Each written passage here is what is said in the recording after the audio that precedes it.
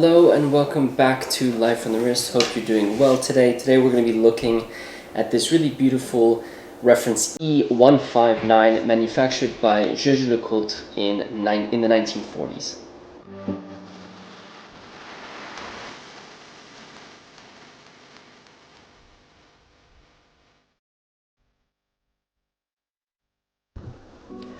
The 1940s was a time period full of innovation. The development of radar, ballistic missiles, jet engines, and the first tests of technology for an atomic weapon as part of the Manhattan Project were all part of what came out of World War II during this decade. But if one looks away from wartime inventions, things like the development of commercial television, the microwave oven, Tupperware, hydraulic fracturing, and even the slinky were great steps forward for mankind. Now, likening these inventions with that of a watch might feel like a stretch, but technology was still advancing in watches, and huge leaps were made during this time period. One brand that has always been on the cutting edge of watch technology is Jaeger LeCoultre, the famous Swiss watch manufacturer based in Sentier, Vaud, Switzerland. The company was founded in 1833 by Antoine LeCoultre, and since 2000 has been owned by Richemont. The watch today that you see in front of you is an exceptional example of what the brand, of what really made the brand so significant. The watch is the E159 and is a great example of sort of a no-nonsense steel timekeeping device. Blohm & Watch Report did a great article on the reference in 2020, and I encourage you to read it. There'll be a link in the show notes of this video, and there'll also be a link. If you go to the first link in the description, you'll get the article that we wrote about this watch, and there'll be a link to Blohm's article about the E159. The E159 was originally launched by the brand in the 1940s, likely somewhere around 1945, based on historical catalogs and the introduction of the caliber P478 in 1943, which is the movement that is found in this specific watch. This version of the E159 dates to the 1940s, as mentioned, and that's based off of the serial numbers of the case and the movement. The watch has a 33mm stainless steel case that you can see is in overall good condition with some signs of wear, but overall a very attractive look. The lugs, as you can see, are quite long and sharp, with signs of wear, but again in fairly good condition. If you kind of look at the back of this watch, you'll see sort of the overall condition of this piece. If one looks at the images of the catalog that I have posted on the article that we wrote, you'll see a great example of what the sharpness of a steel case looked like in the 1940s in comparison to an E159, this watch, which has lived now on the wrist of watch enthusiasts for over 80 years. It gives you a pretty good comparison, but still, I think for an 80-year-old watch, still looks quite attractive. There are several different versions of the E159 that were produced, as was the practice with many watch brands of this era.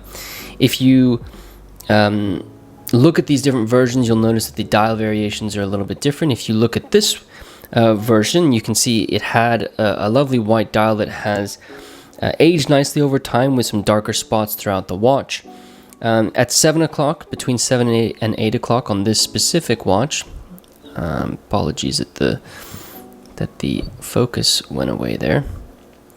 But if you look at between 7 and 8 o'clock of this specific watch, you'll notice a larger, darker area that sort of demonstrates the aging that has happened to this specific watch. The watch has large hour Arabic numerals with applied luminescent material, as you can see, that have aged over time. If you take a loop and take a look at the luminescent material used on this watch, one can basically tell that it has been reloomed at some point in its history. It was definitely a longer time period ago, given the fact that it is aged. It's got this sort of aged look to it, and no longer shines under black lights, or I guess blue lights. For me, I think one of the standout features of this watch is the hands of this piece. As you can see, the watch has very attractive sword hands where the luminescent material has fallen out. You can see it most notably on the hour indicator, and to some, this is not to everyone's taste, due to the fact that many people want watches to be as original as possible. But for those who like a watch with a little bit of personality beyond sort of the original specifications, I think the hands are actually a wonderful example, or make this watch a really wonderful example. And then the last piece regarding the case, if you look at the crown, you'll notice that the crown is unsigned, which is usual for all E159 references. One of the defining features of this watch is the movement, and I'll actually take a moment to take that. I'll take the case back off so you can see it. This reference runs on the manual wind caliber P478 movement.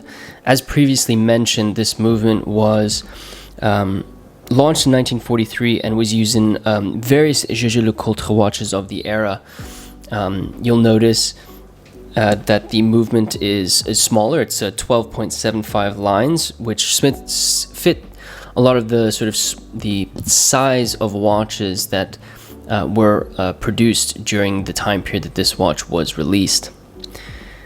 The movement has 40 hours of power reserve and runs on at 18,000 vibrations per hour. The caliber is the P478, and as I mentioned, and the fact that the watch, or I guess the reference has the number P on it, is referring to the shock protection of the balance wheel. This, of course, was extremely important during this time period because the accuracy of one's watch was extremely important without the ease of sort of centralized time like we have on our phones today. And so things like shock from movements of the wrist had an impact on the accuracy of timekeeping devices, and that made this watch this movement stand out.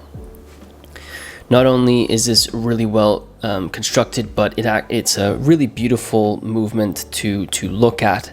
You've obviously got the Côte de Genève finishing on the movement and really beautiful angled polishing on the different components that you see in this watch. This is the case back. You'll see that it's signed with the LeCoultre name. If I can get, yep, there you go. So you can see it's signed with the LeCoultre name, and you've obviously got some nice finishing as well on the inside of the case back. Where this watch will be enjoyed is truly, in my mind, in every occasion. Being a steel case watch, the watch really becomes extremely versatile.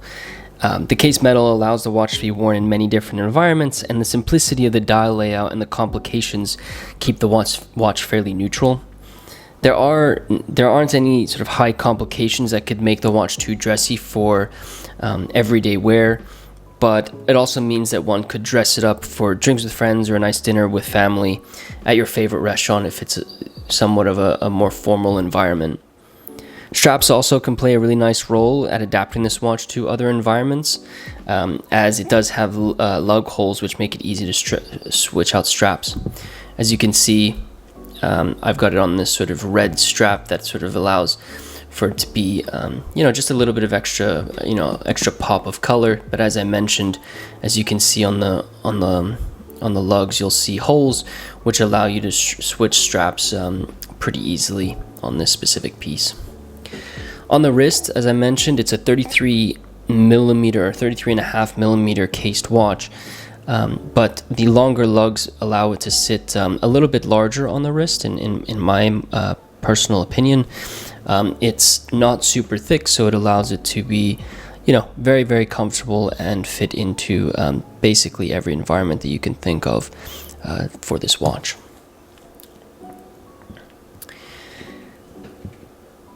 It is not hard to stumble on Jaeger LeCoultre if you are a vintage watch enthusiast.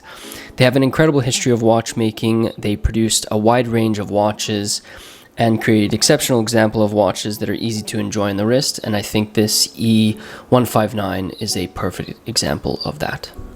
I hope you enjoyed looking at this really beautiful 1940s reference E159 manufactured by Jaeger LeCoultre. I think it's a really, really beautiful example made by the brand. I've always had a fascination with Jaeger LeCoultre. As you know, if you follow Life on the Wrist, we've covered many different pieces from the brand. We have a specific focus on the Memovox models that they produced throughout their history, because I still think that they are some of the best value that you can get in vintage watches. And I've had a lot of people reach out and talk about Memovoxes to me, given their interest in them. And I think this E159 is another example of why the brand is so cool for vintage watch collectors, and why they get so much interest on a day-to-day. So I hope you enjoyed taking a look at this. I also hope you enjoyed seeing the movement in this video. It's not something that I've done in the past. I've kind of reserved the images of the movement to the article, just because I don't like sort of removing case backs and stuff like that. But if you enjoyed it, let me know in the comment section, and we can continue to do it as we go forward here. There, as always, the first link in the description of this video is going to be the link to the article that we wrote about this watch. So if you want to read more about it and see some more pictures of the watch, I encourage you to go over to the first link in the description. Let me know in the comment section below what you think about this watch. I'd love to hear your thoughts. And if you are new to Life on the Wrist, be sure to subscribe to the channel and share this video with a friend who might be interested in watches, or specifically JLC vintage pieces. I would love for them to join the channel, as well as the fact that sharing this video really does help this channel continue to grow. If you are feeling generous and wouldn't mind liking this video, it really does help the channel out. As I mentioned about sharing it, it also allows the channel to grow if you hit the like button. So I would greatly appreciate that. With that said, guys, thank you so much for watching this video, and until next time.